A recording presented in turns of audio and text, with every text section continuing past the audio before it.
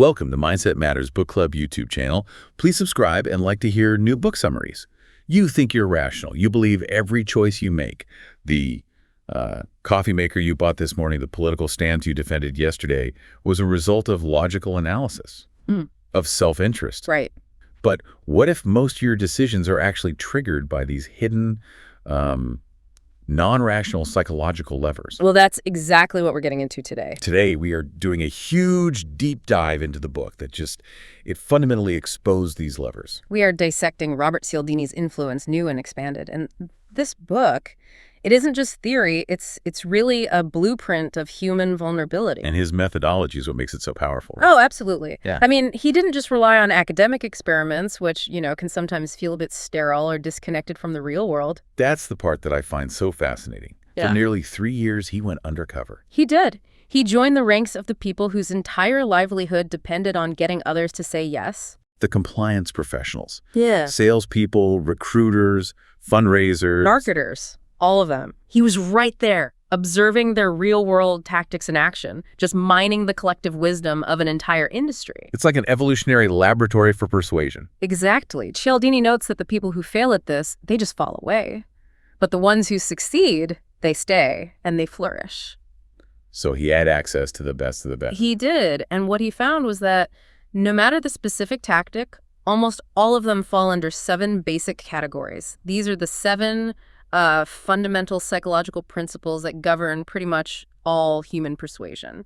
So our mission today is to unpack these 7 principles: reciprocation, liking, social proof, authority, scarcity, commitment, and consistency, and the new one, unity. We're going to dig into the real-world examples, the science behind them, because we want you, the learner, to be able to spot these levers being deployed. Whether you're buying a car or just trying to figure out why you suddenly own an entire box of candy bars you never wanted. Exactly. So let's start with the foundation, the core concept that explains why our brains let this happen so easily. Okay, so the foundation of all of this, it starts with this idea of automatic processing. In behavioral science, they call it fixed action patterns. Which Cialdini calls the click-run response. Right, click-run. It's this mechanical, almost knee-jerk behavior you see all through nature. Think of, complex mating rituals in animals or migration patterns. They're all triggered by one single specific feature in the environment. And the key is that it's not the whole situation that triggers it. It's just that one little thing. Yeah. That, what does the book call it? A trigger feature. That's it. And the anecdote about the mother turkey is probably the most shocking example of this kind of primal automation. Oh, the polecat story. Yeah. It's so striking. A mother turkey is hardwired to attack a natural predator like a polecat. You show her a stuffed polecat, she attacks it immediately. No hesitation. None. But if you hide a small recorder inside that same stuffed polecat and you play the cheep cheep sound of a baby turkey, she just stops. She stops and she accepts the enemy, gathers it under her, treats it like her own chick. The sound alone, that's the trigger. It completely overrides the sight, the smell, the obvious danger of a predator. It sounds almost comical, but the book reminds us that this system, it works really well most of the time. Right, because normally only a healthy turkey chick is going to make that cheep, cheep sound, so it's an efficient shortcut. A hackable shortcut. And that is the crucial parallel to us. We have these incredibly sophisticated brains, but modern life it's just too complex. It's too fast-paced, too saturated with information for us to stop and analyze every single decision. So we rely on shortcuts. We have to. We use these mental shortcuts or judgmental heuristics all the time. They're simplifying principles we use to stay efficient. And most of the time they work. They do, but they are the precise mechanism that leaves us vulnerable to exploiters, to the people who know how to insert those specific trigger features into a request. Okay, so let's unpack one of the most common human heuristics. The idea that expensive, good it. Yes. This is the ultimate click-run principle for judging quality. Especially when you're buying something you don't know much about. Exactly. If you're unsure of an item's quality, the brain just defaults to the stereotype. A higher price must mean higher quality. The dollar amount itself becomes the sole trigger feature for, desirability or value. The story about the turquoise jewelry owner is a perfect illustration of this. It really is. She had this stock of turquoise jewelry that just wasn't moving. It was actually priced too low. And then she accidentally tells an employee to double the price. Right. A total mistake. She comes back from vacation and the entire stock is sold out. Just because the price went up. The price increase alone made the jewelry seem rare, desirable, valuable to these wealthy vacationers who needed a proxy for quality. They didn't know jewelry, but they knew price. And then she started using it on purpose. Oh, yeah. She learned her lesson. If she had high-priced items that weren't selling, she'd mark them as reduced and sell them at the original high price. So she's using the initial inflated figure to signal high quality. Exactly. The customers think they're getting a bargain on something valuable, but the thing was only desirable in the first place because the initial price was so high. It's exploiting both expensive, good, and its flip side, inexpensive, bad. Where cheap means both. Inexpensive and inferior. That's a really sophisticated manipulation. And it's all based on sequence and labeling. It is. And that leads us right into the second major automatic mechanism exploiters use, which is the contrast principle. Or perceptual contrast. Right. This is a fundamental law of how we perceive things. It basically states that the way we see the difference between two things presented one after the other is exaggerated. So if the second item is pretty different from the first. We see it as more different than it actually is. If you lift a light object first, then a heavy one, the heavy one feels even heavier than it really is. This sounds subtle, but the implications are huge. You mentioned estimating calories. Yeah, that study is wild. If you look at a salad first, and then you estimate the calories in a cheeseburger, your estimate for the burger is up to 38% higher. Just because of what you looked at first, it literally warps your objective reality. It does, and it influences social perception, too.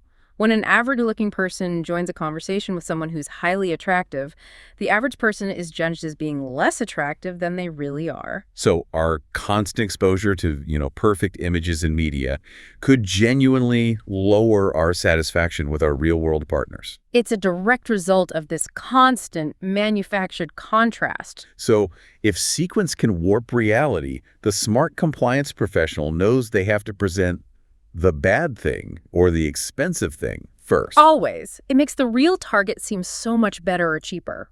In a clothing store, you always show the expensive suit first. And then the shirt, the tie, the belt, they all seem cheaper by comparison. Exactly. Even if they're still really expensive on their own, if you did it the other way around, showed the cheap accessories first, that expensive suit would seem even more costly. You'd risk the wholesale. The real estate agent anecdote, the one about setup houses, just shows a cynical mastery of this principle. Tell us about Phil. So Phil, the real estate salesman, would strategically set up his customers. He'd start the day by showing them 2 or 3 really undesirable properties. Dumps, basically. Total dumps, and usually listed at an inflated price. But he never meant to sell them. They were purely for contrast. So after the customers have seen these terrible, overpriced houses, the genuine, better properties in his inventory benefit immensely. He'd watch his prospects' eyes just light up. So they're not just reacting to the quality of the house itself. Not at all. They're reacting to the juxtaposition. He even admitted the final house looks really great after they've first looked at a couple of dumps. He's commissioning influence just by manipulating the context. That's the perfect way to put it. Okay, so the big takeaway from the foundation is that our need for efficient shortcuts is a huge vulnerability. These mechanisms, fixed action patterns, heuristics, contrast, they let compliance professionals just insert a trigger feature into a request and get automatic compliance. And this brings us right to the first lever that exploits these shortcuts: the overwhelming power of debt. The rule of reciprocation is, it's elegantly simple. We feel obligated to give back to others the kind of action they have given to us, a favor, a gift, a concession. It's maybe the most fundamental part of human social structure. It creates that mutual web of obligation that's just necessary for cooperation and trust. And the book shares that really profound story of Lord Weidenfeld. Yeah, the Jewish Holocaust survivor who dedicated so much of his effort to aiding Christian societies. And the reason why is because he came to England on one of the Kindertransport trains that Christians organized to save Jewish children. So he felt a lifelong debt. A lifelong, unbreakable debt to repay. It just shows how this pull of reciprocity can transcend, creed, distance, even time. What's truly disturbing is that the rule is so overpowering. It can completely override other factors, like whether we even like the person asking. The Reagan study demonstrates this brilliantly. Subjects were in a room with a Confederate named Joe, and they were supposed to be buying raffle tickets from him. Right. And in one condition, Joe just brings the subject a Coke, unsolicited. Exactly. A small favor. Later, the researchers asked the subjects how much they liked Joe. And the crucial finding was that the people who owed Joe for the Coke, they bought just as many raffle tickets from him, even if they said they explicitly disliked him. Wow. So this sense of obligation completely neutralized personal dislike. Completely. The debt was more powerful than the friendship or lack thereof. That is deeply counterintuitive. We like to think our decisions are guided by affinity, but in a transactional context, debt just matters more. It does. And the book highlights how a personalized favor makes that bond even stronger. The airplane anecdote. Yes. The author switches seats with a man, which is a clear favor. Later, the man is sitting next to a new friend, chatting away. But every time he offers a newspaper or cashews, he offers them to the author first. Reaching right past his new friend. Awkwardly, yes, because, as the author realized, I was the one he owed, and that mattered most. The debt was more important than the immediate social connection. And what makes this lever so dangerous is that you don't even have to ask for the favor. We become beholden to uninvited favors. The rule is so powerful that we feel obligated to repay even when we never asked for the initial gift. And that gives the compliance professional tremendous control. Because they get to choose the first favor, and therefore they get to choose the return favor they expect. Exactly. The Disabled American Veterans Organization found this out. Their standard mail appeal got an 18% response rate. But when they included a tiny, unsolicited gift, a set of gummed address labels, the success rate nearly doubled to 35%. A tiny, unrequested gift yielding a massive return. And because refusing that gift, like refusing Joe's Coke, is socially impolite, the compliance professional ends up controlling the entire interaction. From the initial gift to the final demand. Which leads us to the second major form of this, which is reciprocal concessions. It's better known as the rejection then retreat technique. The idea here is that we feel obligated to make a concession to someone who has made one to us. Right. And the classic example is the Boy Scout. He asks for a big commitment, buy these expensive $5 tickets, and gets refused. Then he immediately retreats to a smaller request. Well, how about some $1 candy bars? And the author, who doesn't want the candy, buys them anyway. So how much of that is reciprocation and how much is the contrast principle we just talked about? It's a masterful integration of both. The refusal triggers the scout to make a concession. He retreats from the $5 tickets. So the author feels obligated to meet that concession. And at the same time, the big initial price makes the $1 candy bar seem tiny by comparison. Exactly. Cialdini studies confirmed how potent this is. They asked college students to volunteer as counselors for juvenile delinquents for 2 years. An extreme request. I'm guessing 0% compliance. 0%. But when they followed that extreme request with a much smaller one, just chaperoning a zoo trip for an afternoon, the success rate jumped threefold compared to the group that only got the small request. So the rejection then retreat structure is definitely the key. And the software engineer negotiation in the book shows how this is weaponized in a modern professional setting. Oh, absolutely. The engineer wanted a 23% raise and 1 day working from home. But he knew his manager was really resistant to big raises. Yeah, he starts with a bigger ask. A much bigger one. He first asked for the average market salary, which was a 30% raise. He knew the manager would flatly refuse it. Which he did. And as soon as he was refused, the engineer immediately retreated to his true, smaller goal. The 23% raise plus the work from home day. And the manager agreed. He did, because the 23% raise now seemed like a huge, generous concession compared to that initial 30% demand. The manager felt relief that he wasn't pursuing the 30%, and he felt pressure to reciprocate the engineer's retreat. The engineer masked his true goal behind an absurd first demand. That's brilliant. It's incredibly effective. Which makes you wonder, how did powerful, intelligent men fall for this in the high-stakes context of the Watergate scandal? Well, the final Watergate break-in plan that was approved by men like Mitchell and Magruder was for $250,000. But that wasn't the first plan they saw. Not even close. Liddy first proposed a monstrous $1 million plan. It had kidnapping, call girls, sabotage, the works. It was, of course, rejected. Then came a $500,000 plan, also rejected. So by the time the final $250,000 bare-bones plan arrived, the decision-makers weren't viewing it on its own merits, which were, still serious felonies. They saw it as a highly significant concession from Liddy. so they felt trapped. Magruder's own testimony confirms it. He said they were reluctant to send Liddy away with nothing after he had retreated so substantially. The $250,000 plan became acceptable because it felt like a little something to leave him with. Fulfilling their obligation to reciprocate his concession. It was a psychological trap set by Liddy, who, as the book says, asked for the whole loaf when he was quite content to settle for half or even a quarter. Okay, moving on to the second lever, liking. This one, it highlights the sheer profitability of getting people to say yes just because they like you. Or because they like the person who's introducing you. This is the Tupperware party model, laid bare. Absolutely. There are other levers at play there, sure, reciprocity with the prizes, unity with the group experience, but the core pressure point is liking. And the compliance professional isn't the demonstrator. No, it's a hostess. She's a friend to every single person in that room, and she gets a cut of the sales. That social bond is the engine. I think the research found that the bond between the hostess and the guests is twice as likely to determine a purchase as the guest's actual preference for the product. That's right. You're not just buying Tupperware, you're buying it from and for your friend. And this scales way up. Joe Girard, the car salesman, Sold more cars than anyone in the world, and he credited his success to a simple formula: a fair price and someone the customer liked to buy from. and he manufactured that liking. Constantly. He famously sent out 13,000 cards a year to his customers, and each one just said 4 words: I like you. So if liking can be manufactured, what are the main factors exploiters use to build it? The first, and maybe most immediate, is physical attractiveness. This triggers the halo effect. We automatically and unconsciously assign positive traits to attractive people. We see them as more talented, kind, intelligent. Even when those traits have nothing to do with their appearance. Right. And that positive glow makes them inherently more persuasive. It's why sales and marketing put such a huge focus on hiring attractive, well-groomed people. The second factor is similarity. We're just dramatically more willing to say yes to people who are like us. Even in really small manufactured ways. Right. Salespeople are trained to look for signs of similarity. A college sticker on your car, a sports logo on your hat. Hobby equipment in your trade-in, anything they can find. And then later in the pitch, they'll claim a shared interest. But it gets even more subtle.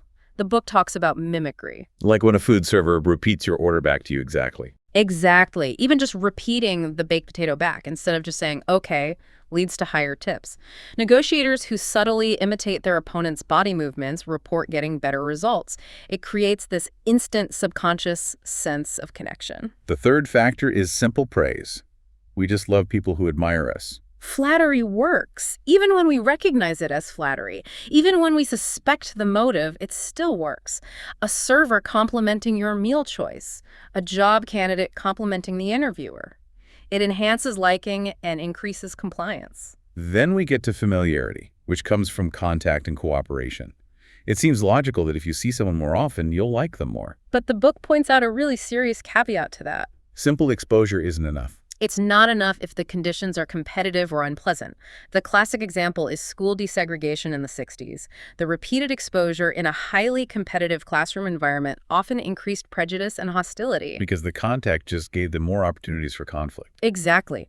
The solution they found was forced cooperation to achieve a mutual goal. This was the Sharif Robbers cave study. Yes, you had these 2 fiercely hostile groups of boys, and the only thing that could bring them together was facing a goal that required them to cooperate. Things like fixing the camp's water supply or pulling the stuck supply truck. The shared struggle forced them into a we state. And finally, there's the immense power of conditioning and association. We automatically link the messenger with the message. This is the weatherman paradox.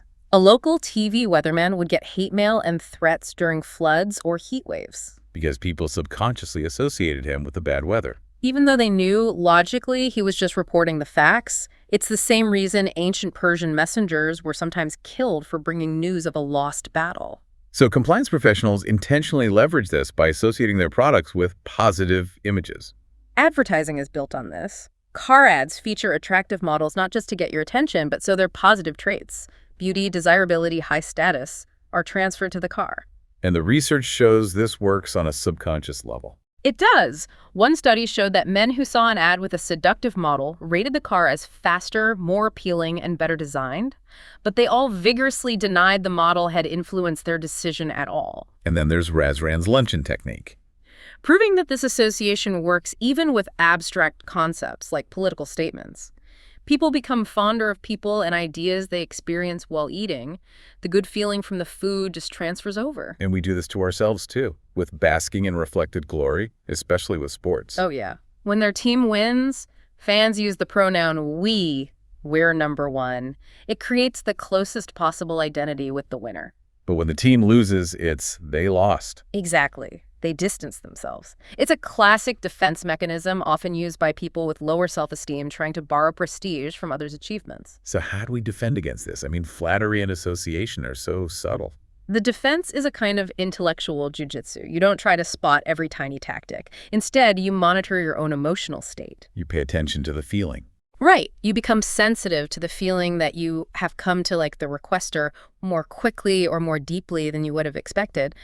That unnatural speed is the tripwire. And when you feel that, you stop. You stop, you separate the requester from the request, and you make the decision based only on the merits of the deal itself. The third lever, social proof, is another one of these powerful mental shortcuts. It just states that we determine what's correct by looking at what other people think is correct. If a lot of other people are doing it, it must be the right thing to do. This is the psychological basis for every fastest growing or most popular claim in advertising. Right. They aren't arguing for the quality of the product. They're just demonstrating widespread acceptance. The Beijing restaurant anecdote showed that just labeling a dish most popular increased its sales by up to 20%. And the London brewery that saw porter sales double just from a sign. Just from a sign saying it was the most popular beer that week, the popularity itself became the validation. But because it's such an effective shortcut, it's also highly susceptible to sabotage through faked social proof. Oh, constantly. Exploiters manufacture social proof all the time. Nightclubs create long lines outside, even when the place is empty, to signal desirability. Bartenders salt their tip jars with a few dollar bills to set an artificial social standard. And in the digital world, we have the huge issue of phony online reviews. It's pervasive. So we need to know how to spot them. What did the Cornell researchers identify as the telltales for a fraudulent review? The research is pretty specific. You want to look for a lack of detail. Genuine reviewers describe features, fake ones just generalize. Okay. Also, phony reviews tend to overuse first-person pronouns, I, me, my, because the writer is trying to invent a personal story. And finally, they use more verbs than nouns, which suggests they're focusing on action and invention rather than describing the product's actual attributes. Okay, so the power of social proof is maximized under certain optimizing conditions. And the first is uncertainty. Exactly. When people are unsure of a situation, they automatically look to others for guidance. And this is the driving force behind the lethal phenomenon of the bystander effect. Which is caused by what's called pluralistic ignorance. In an emergency, all the bystanders are looking to each other. But because everyone is looking to everyone else for a cue and no one is reacting. Everyone concludes that because no one is reacting, nothing must be wrong. Right. The emergency is defined by the crowd's inaction. It's a terrifying loop. This makes the book's defense strategy here maybe the most important life-saving instruction it offers. A general call for help isn't enough. It's not. It doesn't solve the uncertainty or assign responsibility. The defense is to remove all uncertainty. You focus on one individual. You single them out. You stare at them, you point at them, and you give them specific, explicit instructions. You, sir, in the blue jacket, I need help. Call 911 for an ambulance. That one sentence assigns responsibility, it confirms the emergency, and it dictates the action. It breaks the cycle. It does. The second optimizing condition is simply the many. The more people doing something, the stronger the proof. The experiment where people just stared up at the sky is the perfect visual for this. When a small group looked up, 80% of passersby also lifted their gaze. We just can't resist the pull of the many. Historically, this was engineered in opera with clacking. Right. Paid applauders, or clackers, were strategically scattered through the audience. The more of them there were, the greater the impression that everyone loved the performance, which would then incite a genuine public response. And the energy conservation study confirmed that social proof is way more effective than arguments about the environment or saving money. Why? The most effective message they sent to homeowners was simply, most of your fellow community residents do try to conserve energy at home. It wasn't because people suddenly became environmentalists. It was because the message proved the action was feasible. Exactly. If all these people just like me are doing it, then I can do it too. And that leads right into the third condition. Similarity. This is Persuasion. We follow the lead of people who are Just like us, we see them as the most relevant source of information for ourselves. The book's anecdote about Chris learning to swim is perfect for this. Yeah, the 3-year-old boy, he ignored his dad, he ignored the adult swim instructor. He only believed he could swim without his plastic ring after he saw another 3-year-old Tommy do it. Tommy, a similar peer, was the only credible source of proof. The only one that mattered. But this power of similarity has a really dark side. Cialdini calls it the Werther effect. Copycat suicides. David Phillips's research showed that highly publicized suicides lead to a spike in copycat deaths. And the victims of those copycat deaths are overwhelmingly likely to be similar in age to the original victim. So if the news detailed the suicide of a young person, the number of fatal car crashes involving young drivers would spike sharply right afterward. The similarity makes the fatal act seem like a socially recognized, or at least understandable action for people like us. And the ultimate tragic convergence of uncertainty and similarity led to Jonestown. Reverend Jim Jones strategically relocated his followers to the extreme isolation of Guyana. So when the day of the mass suicide came, the members were in a state of high uncertainty, high stress. And because of the isolation, the only similar others they could look to for guidance were other temple members. He engineered an environment where there was an inescapable herd-like unified response based on social proof, and that's what enabled the mass death. Okay, the fourth lever is authority. This is rooted in a deep, conditioned sense of duty, a tendency to accept the directives of people who appear to be experts, often unthinkingly. And the book uses the canonical and frankly terrifying study of obedience, the Milgram shock experiment. Milgram set up this scenario where a teacher delivered what they believed were increasingly painful electrical shocks to a learner who was an actor. And they did this whenever they were ordered to by a researcher in a white lab coat. The real test was just to see how much pain an ordinary person would inflict just because an authority figure told them to. And the outcome was chilling. The subjects hated what they were doing. They were trembling, protesting, visibly distressed, yet they obeyed the researcher to the very end. Delivering what they believed were lethal 450-volt shocks. The description of the businessman who was reduced to a twitching, stuttering wreck, but still kept going. Yeah. It just drives home the absolute power of duty. It does, and in variations of the experiment, when the researcher told the teacher to stop, but the victim insisted they continue, 100% of subjects stopped immediately. It confirms they were obeying the authority, not their own conscience or even the victim's wishes. This shows the major problem with click-run obedience to authority.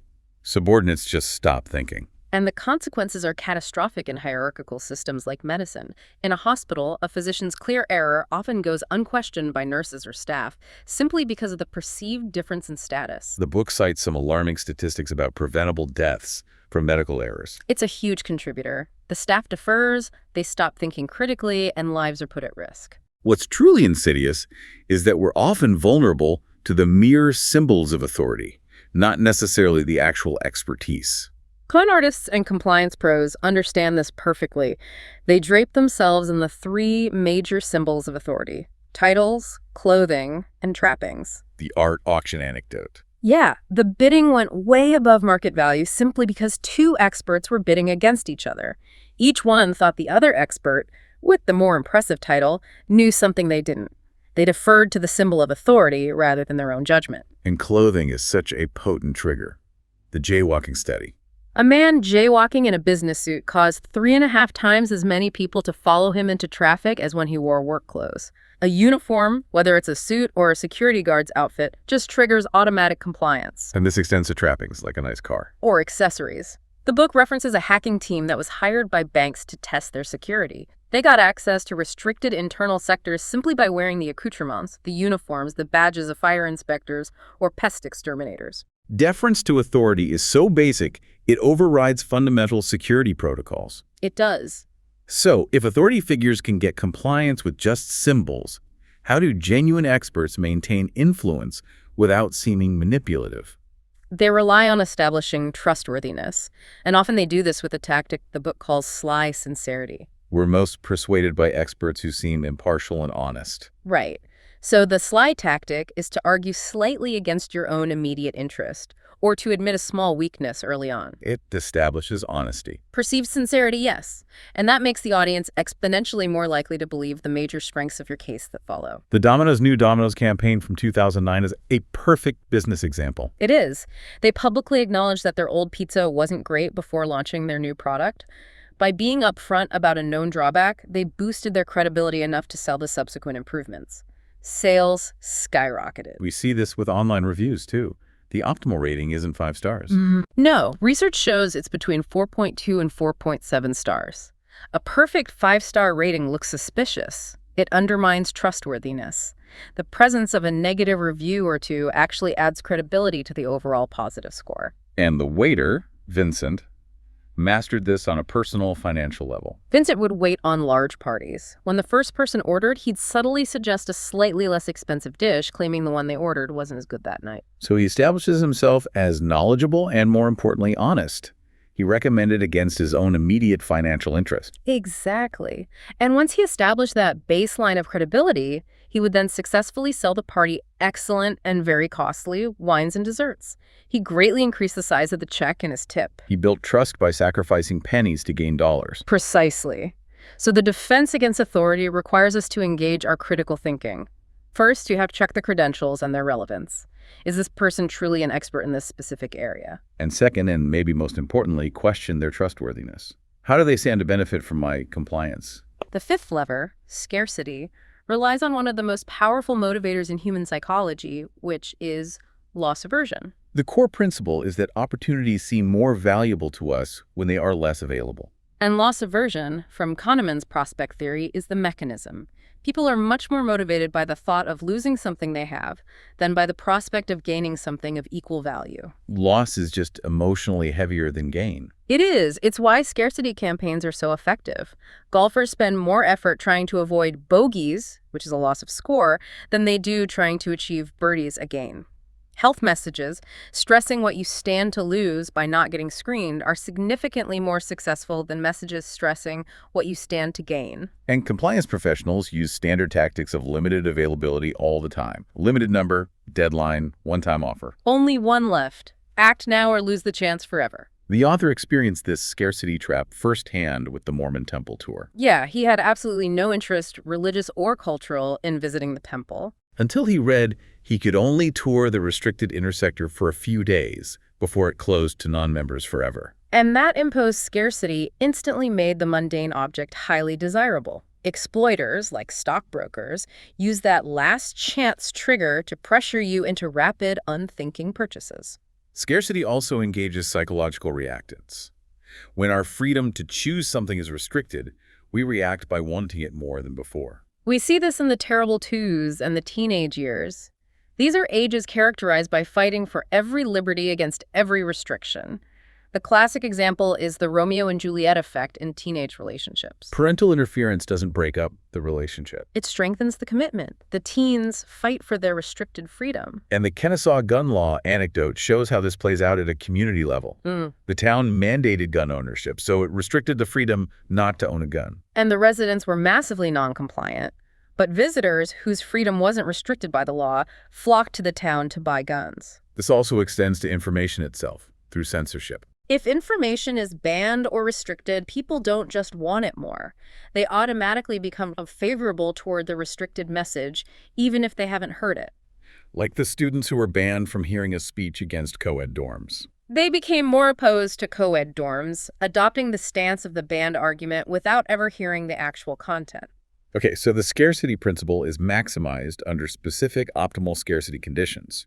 The first is newly experienced scarcity. Right. In the famous cookie study, a cookie that had just become scarce, the jar went from having 10 cookies down to 2, was valued far more highly than a cookie from a jar that had always been scarce.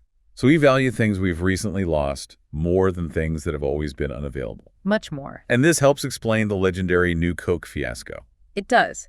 Coca-Cola's blind taste tests showed a clear preference for the new formula. But when they took old Coke off the shelves, the newly scarce traditional formula became a national obsession. Cialdini argues they completely misinterpreted their own data. He does. The overwhelming public desire wasn't for the novelty of new Coke, it was for the unavailability of the old formula. When old Coke became scarce, the public reacted with outrage driven by loss aversion and psychological reactance. And newly experienced scarcity is also a primary cause of political turmoil. The book notes that revolutions are most likely to happen when improving conditions are suddenly reversed, like the American colonists revolting when the British tried to reduce their prosperity, or Soviet citizens rebelling when Gorbachev's newly ceded freedoms were threatened. You won't fight for something you never had. But you will fight fiercely for something you once enjoyed and have now lost. The second optimal condition is competition. The feeding frenzy. When resources are contested, we just lose perspective. Commercial fishermen use chum, or bait, to incite a frenzy where fish will literally bite unbaited hooks. Stores use loss leaders, those bargain items, to incite a similar competitive fury among shoppers. Leading them to buy a bunch of other stuff they don't need. Department store bilge, as the book calls it. The perception of competition just makes the item seem more desirable than it really is. So how do we defend against this? It's so emotional, so arousal-based. Well, since the tactics rely on emotional arousal that shuts down our cognitive analysis, the defense is to use that arousal itself as a signal to stop short. So when you feel that frantic, competitive urge, You have to calm yourself down. And then ask a crucial, clarifying question. Do I want this item for its function for what it does, or do I just want it for the owning because it's rare? and if the answer is the latter. You have to remember the key takeaway. Hmm. The scarce cookie does not taste any better. The desirability is an illusion manufactured by the threat of loss. Okay, the sixth lever is commitment and consistency. This is rooted in our deep psychological need to align our present behavior with our past actions. Once we make a commitment, take a stand, go on record, we face these intense internal and external pressures to behave in ways that are stubbornly aligned with that prior stand. So the key for an influencer is securing that initial commitment. The pressure it creates is almost immediate. The book notes that just after placing a bet at the racetrack, bettors become significantly more sure that their horse will win. Even though nothing about the horse's chances has actually changed, the simple act of commitment generates its own internal consistency. And this internal drive is exploited through the powerful foot-in-the-door technique. You get compliance with a small, innocuous request first. And that makes compliance with a much larger related request later highly likely because the person's self-image has already started to shift. The famous Drive Carefully billboard study is the perfect example. They saw a 700% increase in compliance for putting up this huge, ugly billboard. Among homeowners who had agreed 2 weeks earlier to display a tiny "Be a Safe Driver" sign in their window. And what's even crazier is they found that even signing a petition for state beautification, a related civic principle, caused people to later agree to the safe driving billboard. Right, because signing that petition caused them to form a new internalized self-image as a public-spirited citizen who cares about the community. The big billboard request was then consistent with their new identity. Cialdini emphasizes that commitments are most effective when they are active, public, effortful, and freely chosen. Because those elements are what most dramatically alter our self-image. A written commitment is incredibly powerful. It provides physical evidence of the act. You can't deny it. You can't. We saw this during the Korean War. Chinese captors used small, written pro-communist statements from American POWs. By getting them to write and sign these even harmless-sounding ones, it became very difficult for the prisoner to deny what they'd done. It drove that internal consistency and eventually gradual collaboration. A modern, clever application of this is how some restaurants reduce no-shows. Yes, one restaurant dropped its no-show rate from 30% to 10% just by changing the receptionist's script. Instead of saying, "Please call us if you change your plans," she started asking the question, "Will you please call us if you change your plans?" And then she would wait. She would wait for the customer's active verbal commitment. That active yes locks in the consistency pressure, And then there's the highly manipulative tactic of lowballing. which leverages our need for self-justification to great effect. Explain the mechanism of lowballing, because it is just a brilliant exploitation of this. So a lowball happens when an advantage, like a really deep discount, is offered to get you to commit to a purchase. Like at a car dealership. The classic example. After you've decided, yes, I'm buying this car, the advantage is removed. Oh, there was a miscalculation, or the financing fell through. And yet, people often still buy the car at the higher price. They do, because in the time between making the commitment and the removal of the advantage, The customer has generated new self-justifying reasons for the purchase. So they've already started picturing the car in their driveway. Exactly. They're excited, they're planning trips, Right. they've formed a self-image as the owner of this car, they've built new legs for the decision to stand on. So even when the original reason, the low price, is kicked out, the commitment stands on its new legs of justification. You essentially trick yourself into believing you still want it just to remain consistent with your decision. Amazon uses a sophisticated version of this with its pay-to-quit program. Right, where they offer employees money to leave. And while they might claim it's for efficiency, the founder Jeff Bezos' memo actually says, please don't take this offer. So the real purpose is psychological. It is. By forcing employees to consciously reject the money and choose to stay, the company solidifies the allegiance of those who remain. Their commitment and productivity are enhanced because they have actively chosen the job in the face of an incentive to quit. They become more devoted to the job they actively chose to keep. Exactly. So how do we use consistency, which is generally a good thing, without becoming victims of this foolish, rigid version? We need a defense strategy. We have to avoid being mental slackers and just blindly following old commitments. The defense is to recognize when consistency is just acting as a shield against the harsh consequences of straight thinking. And we do that by tuning into the heart of hearts signal. Right. This is the nonverbal initial flash of feeling you get before your cognitive rationalizations kick in. You have to ask yourself, knowing what I know now, if I could go back in time, would I make the same choice? And if that first flash of feeling is a no, you have to honor that visceral response, because that feeling is often the truth before all the consistency pressures and rationalizations take over. And the book notes that older individuals and people from individualistic societies are especially susceptible to these tactics. Because they rely so heavily on what they personally have said or done in the past to guide their future actions. The final lever is unity. This principle, the shared me, is this primal human tendency to be more easily influenced by people we see as one of us. This feeling of we-ness, of a shared identity, is so powerful it can just trump rational thinking. And the research is clear. Tribalism is human nature. Members of we groups will favor fellow members' outcomes, and they'll use their preferences to guide their own actions. We see this all the time through shared identity and ethnic affinity. Like the comparison between the car salesman, Ali Reda, and Joe Girard. Exactly. Ali Reda surpassed Joe Girard as the greatest car salesman, not just with charm, but by focusing intensely on selling to the Dearborn Arab American community. Customers trusted him because he was of them. Right. And on the dark side, you have affinity fraud. Bernard Madoff's Ponzi scheme largely defrauded sophisticated victims who were recruited from his own close-knit Jewish community. They trusted him because of that shared identity. And this inherent loyalty leads to this concerning concept of blue lies. Where unity trumps truth. Blue lies are falsehoods designed to protect the reputation of the in-group against an out-group. Within these identity-merged groups, like political parties, criticism of the party can feel like a threat to the self. Triggering defensive mechanisms. Right. Ardent party members will prioritize loyalty over competence.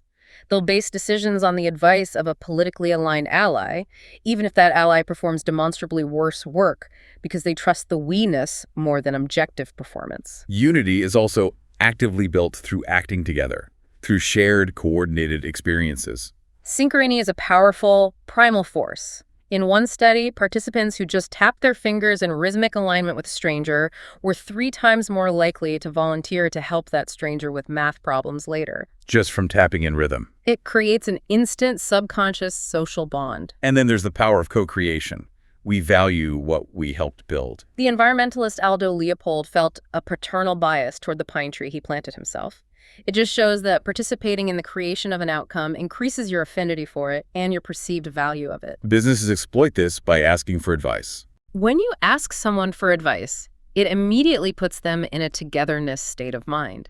It makes them feel like an accomplice in your project, which increases their loyalty and connection. Ben Franklin said, when we ask for advice, we are usually looking for an accomplice. That's the perfect quote for it. The person giving the advice is now committed to the project's success. Mutual hardship also strengthens unity through suffering together. The stronger the shared suffering, the stronger the bond. The book shares the incredible story of the Irish repaying the Choctaw Nation's 1847 famine aid with substantial donations during the 2020 COVID pandemic. Linking shared suffering across centuries. It's amazing. And on a darker level, Hitler, the most vicious persecutor of Jews, made a rare exception to protect a Jewish judge named Ernst Hess. Why? Because they had shared the bond of suffering together during World War I. And finally, the kinship frame exploits unity by framing a request in family terms. Warren Buffett is a master of this.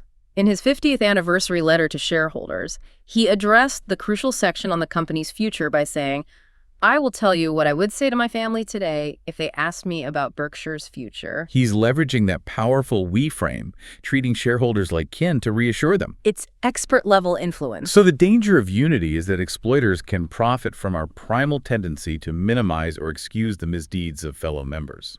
We see this in corporate and religious hierarchies that cover up corruption. Right, to protect the in-group's reputation. And the book offers a sharp defense for organizations against this. They should establish a no-tolerance clause for proven abuses in their code of conduct. But the key is how you frame it. Exactly. The rationale for the clause should be framed specifically as a way to preserve feelings of workplace unity and ethical pride. By appealing to the need for we-ness, the organization uses the very principle of unity to rescue the group from its own ethical defect. #tag outro. Okay, let's try to unpack all this. This deep dive into Cialdini's book leaves us with a really unnerving insight. It's the paradox of the information age. Right. Our highly sophisticated brains have built a world that is so complex and so saturated with information that we are forced to revert to this primitive, single-feature type of responding, the click, run response, just to survive the pace. The information overload inhibits processing. The information age is not the knowledge age because we just don't have the time to process all that information into actual knowledge, and that makes us incredibly vulnerable to these 7 levers. So let's quickly recap the strategic defenses Cialdini offers. It's not about stopping the levers from being used, but about recognizing the trigger and overriding that automatic response. For reciprocation, you either refuse the initial favor or you make sure the exchange is scrupulously equal to avoid that obligation debt. For liking, be alert when you feel that connection more quickly or more deeply than expected, and then separate the requester from the request. For social proof, Be vigilant against counterfeit evidence, fake reviews, canned laughter, and be prepared to retaliate against those who abuse the shortcut.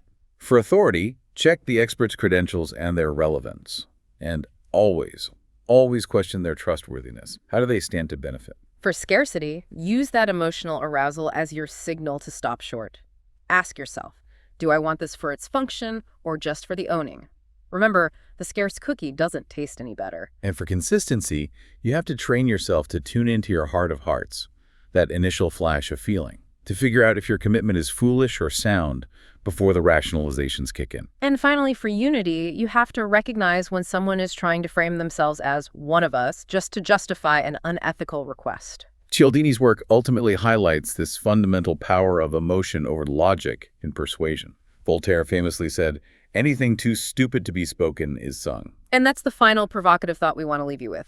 If a persuasive argument lacks rational firepower, if the facts or the logic are weak communicators, often take a flanking maneuver, They bypass logic entirely. they appeal directly to emotional System 1 responses, often through things like music, harmony, or appeals to unity.